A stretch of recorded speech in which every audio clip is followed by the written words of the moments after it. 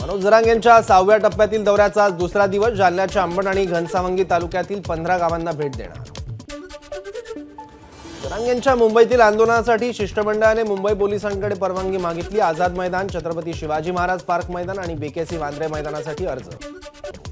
भाजपच्या ओबीसी मोर्चाच्या प्रभारीपदी विनोद तावडेंची नियुक्ती. भाजपकडून राज्यनिहाय सामाजिक स्थितीचा अभ्यास सुरू. विनोद तावडेंची माहिती. 6 जानेवारीला दक्षिण मुंबई लोकसभा मतदारसंघात आदित्य ठाकरेंची सभा. दक्षिण लोकसभा मतदारसंघातून ठाकरे गटाकडून अरविंद सावंतांना उमेदवारी मिळण्याची शक्यता. सहकार मंत्री दिलीप वळसे पाटील चिपळूण दौऱ्यावर. वळसे पाटलांच्या हस्ते खरवते कृषी महाविद्यालयातील बेकरी युनिटचं लोकार्पण. मुख्यमंत्री शिंदे आत्मविश्वास कुठून आणतात ते पाहावं लागेल. एकनाथ शिंदेंच्या अजून 8 महिने मुख्यमंत्री राहणार असल्याच्या वक्तव्यावर संजय राऊत यांची प्रतिक्रिया. मुख्यमंत्रीपद नेमण्याची संविधानाने तरतूद केली नाही, राऊतांचं वक्तव्य. काँग्रेस, राष्ट्रवादी, शिवसेना, वंचितमधील जागावाटप अंतिम टप्प्यात. कोणतेही मतभेद नाहीत. संजय राऊत यांचं मविया जागावाटपावर स्पष्टीकरण. काँग्रेस राष्ट्रवादीची वंचितला मवियामध्ये घेण्यास हरकत नसल्याची ही माहिती. उद्योगपती गौतम अदानींनी अब्जाधीश मुकेश अंबानींना टाकलं मागे. जगातील अब्जाधीशांच्या क्रमवारीत अदानी 12व्या स्थानावर. अदानी समूहाच्या समभागांमध्ये मागील काही दिवसातील उसळीनंतर अदानींची पुन्हा एकदा टॉप 10 कडे आगेकूच. अदानी श्रीमंत म्हणजे भाजप श्रीमंत. अदानींची श्रीमंतांच्या यादीत आगेकूच. बातमीवर संजय राऊत यांची प्रतिक्रिया. उद्योगपतींची कर्ज माफ होतात मात्र शेतकऱ्यांची कर्ज माफ होत नाहीत म्हणून तो आत्महत्या करतो, राऊतांची प्रतिक्रिया. पक्षाने सांगितलं तर लोकसभा लढवणार, हसन मुश्रीफांचं वक्तव्य. तर लोकसभेबाबत अंतिम निर्णय महायुतीचे नेते घेतील, हसन मुश्रीफांची प्रतिक्रिया.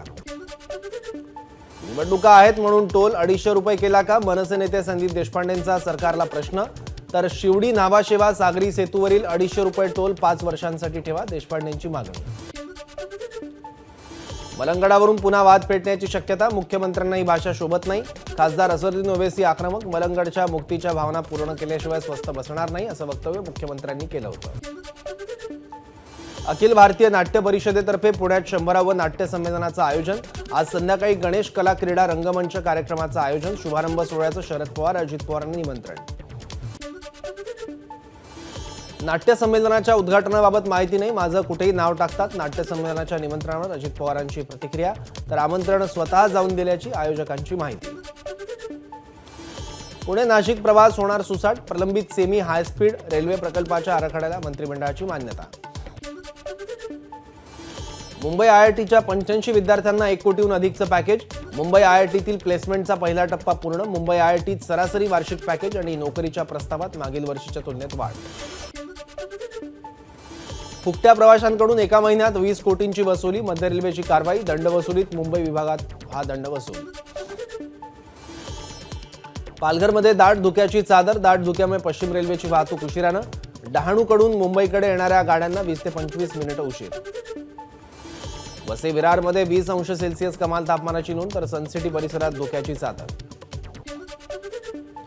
भिवंडी शहरासह ग्रामीण भागात धुक्याची चादर. दाट धुक्यामुळे वाहतूक मंदावली. दक्षिण कोकणात तुरळक पावसाचा अंदाज. तर राज्यात हलक्या पावसाची शक्यता. कराडमध्ये अवकाळी पावसाची हजेरी. अवकाळीमुळे भाजीपाला, फळपीक, ज्वारी, हरभरा इत्यादी पिकांवर रोगांचा प्रादुर्भाव होण्याची शक्यता. सांगलीत अवकाळी पावसाची हजेरी. अवकाळीमुळे द्राक्ष पिकाला फटका बसण्याची शक्यता. तर पावसामुळे गारठा वाढला. नाशिकच्या नांदगावमध्ये ढगाळ वातावरणामुळे शेतकरी चिंतित.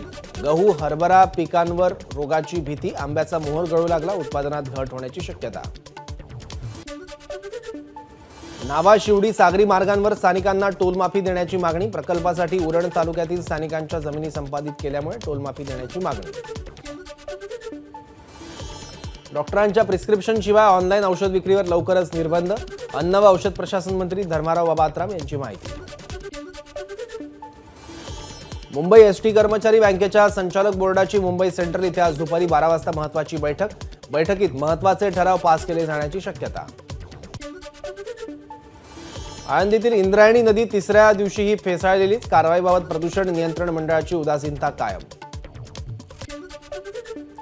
आज मुंबई गोवा राष्ट्रीय महामार्गावर अवजड वाहनांना बंदी, रायगड जिल्हाधिकाऱ्यांचे निर्देश. शासन आपल्या दारी कार्यक्रमाच्या पार्श्वभूमीवर वाहतूक सुरळीत ठेवण्यासाठी अवजड वाहनांना बंदी. नागपूर जिल्हा परिषदेमध्ये सुरू असलेल्या भ्रष्टाचाराची उपमुख्यमंत्री देवेंद्र फडणवीस यांच्याकडे तक्रार करून चौकशीची मागणी. जिल्हा नियोजन समितीचे सदस्य हर्षवर्धन निकोसे यांनी केली फडणवीसांकडे तक्रार. शिवसेनेच्या यवतमाळ वाशिमच्या खासदार भावना गवळींना लोकसभा उमेदवार म्हणून भाजपची नापसंती. त्यामुळे भावना गवळींना आयकर विभागाची नोटीस.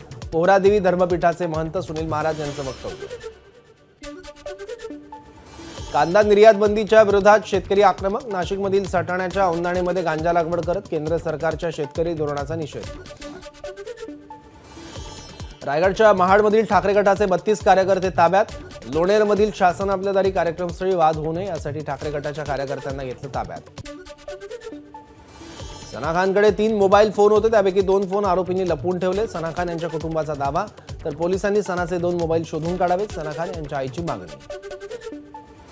नाशिकमधील देवळा शहराजवळ कळवण मालेगाव बसला अपघात. बसमध्ये तांत्रिक बिघाड झाल्यानं अपघातात 16 प्रवासी जखमी. ठाण्यातील कासारवडवली गावात रेव पार्टी आयोजित करणाऱ्या 2 आरोपींच्या पोलीस कोठडीत वाढ. दोन्ही आरोपींना 11 जानेवारीपर्यंत कोठडी. एबीपी माझा, उघडा डोळे बघा नीट.